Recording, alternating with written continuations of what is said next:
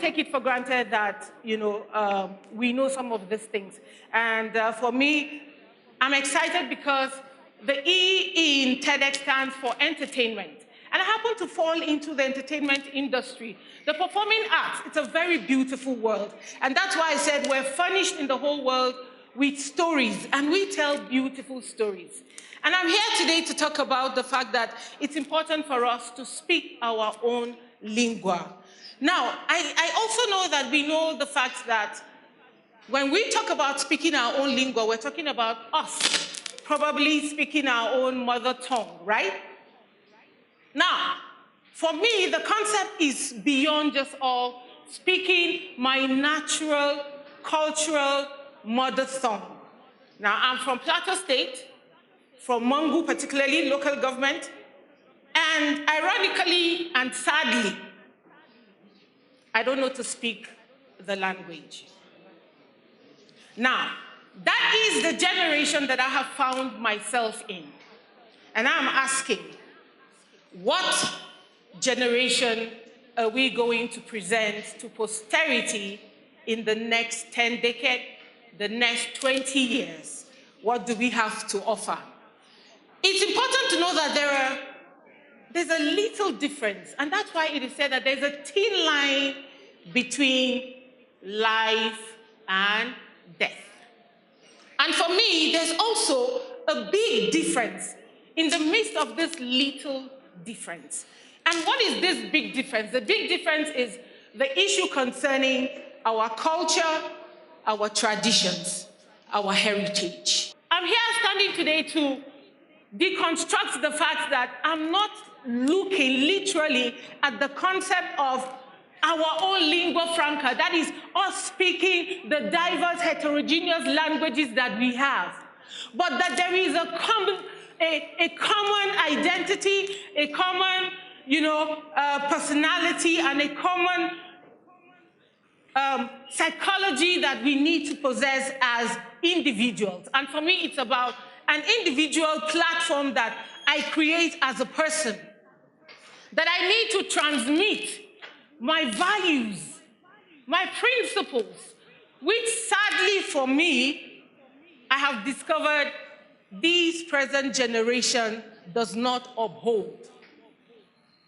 When I talk about speaking our own lingua, how many of us really cherish the African culture, the African values, the African traditions? I wouldn't blame you, just like I don't blame myself. Have I been handed down the history? We just heard from the first speaker. If we people don't know where we're coming from, how can we trace our steps to where we need to go? And so I have seen the issue of culture, though a little difference between us and the rest of the world. It's a big difference. And why is it a big difference? Because you and I don't even know a little of our culture, a fragment of our traditions. I was talking to a student last week in class, just before the ASU strike.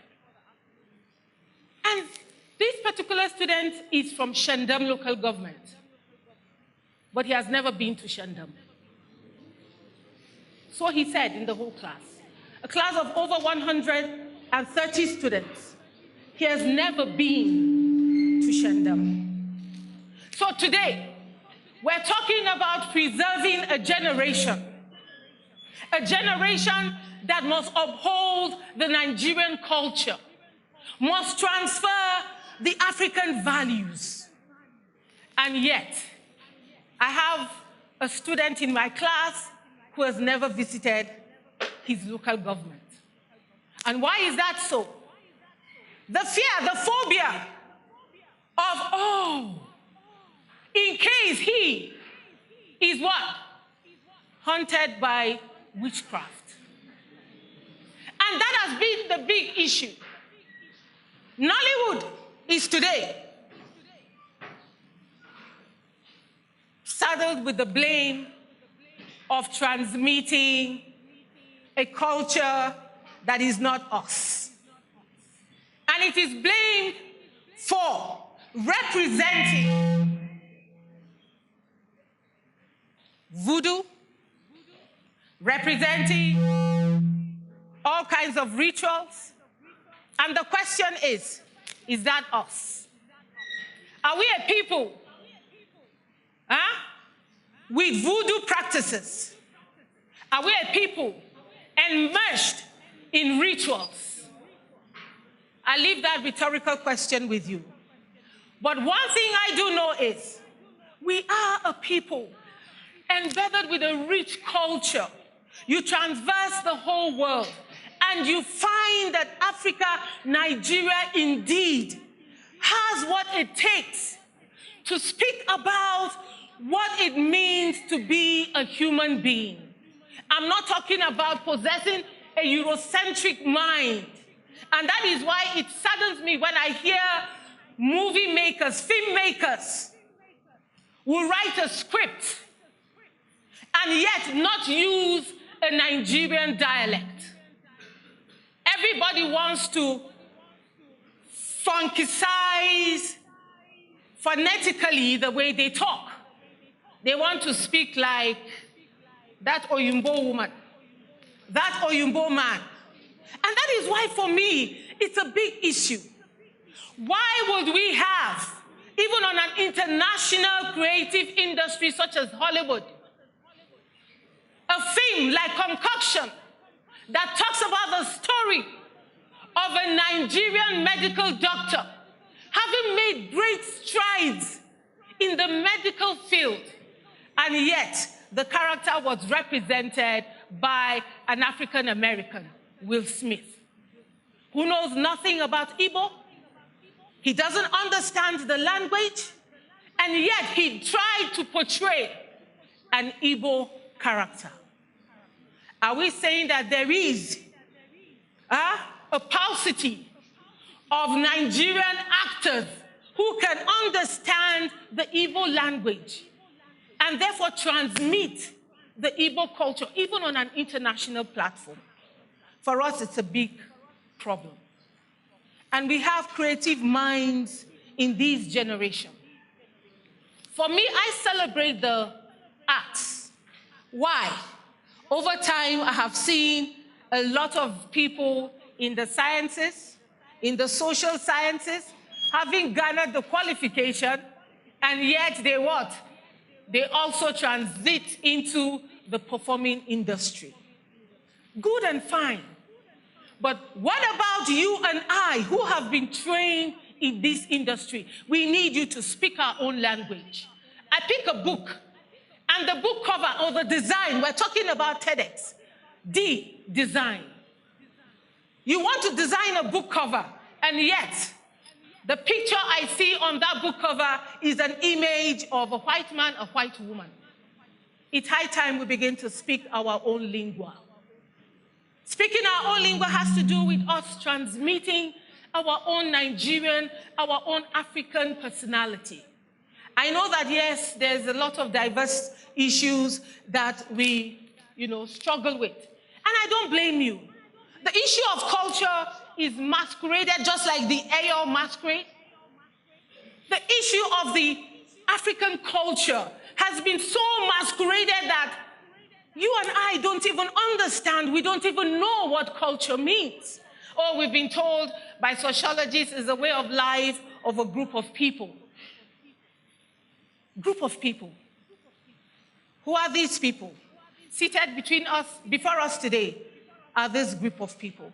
What language will you speak? What lingua will you carry? Do you want to speak like a Nigerian, a native from your own local government? Or would you want to speak like probably Denzel Washington or Tom Hanks? Who do you want to represent? So it's all about images and representation. There's a need for us to understand that there is a space and there is a time for you to occupy. As this present generation, we're talking about once upon a generation. Will this story still be told 20 years from now? that we uphold a Nigerian value, a Nigerian culture, that we don't have to, like the Black Americans. It's so sad, like I said, even in the creative industry, there is still that tension and issue of resolving who a Black person really is. David Kaluuya, who acted a character in Get Out, has his roots from Uganda, even though he's British born. He acted in the movie Get Out, but unfortunately, a fellow Black American, in the person of Samuel L. Jackson, criticized him for getting that role. I mean, these are two Blacks contending in an industry, in a space that is predominantly occupied by white actors, white entertainers. And yet, there is that contention. Why did you give that role to a British Black actor, when an American Black actor like me could have interpreted and acted that role very well? And meanwhile, the role he acted was an interracial role, but both were Blacks. Ladies and gentlemen, I ask the question, what lingua will you speak as an individual? What lingua will you transmit as a Nigerian? It's important for us to understand that the creative industry, the entertainment industry today, is the highest earning revenue generator. Permit me to digress a little. We have in the house today as one of our speakers, a most celebrated plateau scriptwriter, Kemwadeshi. We thank you for telling the plateau story, transmitting the plateau values through Halita. Never has it been done before that we have our own story coming out from our own roots and therefore telling our own fruits for us to reap, exposing at least a little bit of our what? Of our own heritage, our own potato farms, the tomato farms. At least that is one of our pride. That's one of our values. That's a culture that we hold so dearly. So thank you for telling our story. I may not speak my dialect. I may not understand the language. But then I can transmit a lingua that will surpass and break barriers. It will break whatever borders that a linguistic framework of a language has set. It is for you and I to arise, to speak our own language in our various professions, in our various endeavors, that we carry the culture, we carry the principles, the values. It's really so sad that we're losing out on as little as what history is all about. And so today I challenge you that insistence is the key. You and I must insist. We must sit our parents down. Tell me that old story of how grandma trained you, of how grandpa was able to groom you. It's very important that we embrace salt culture.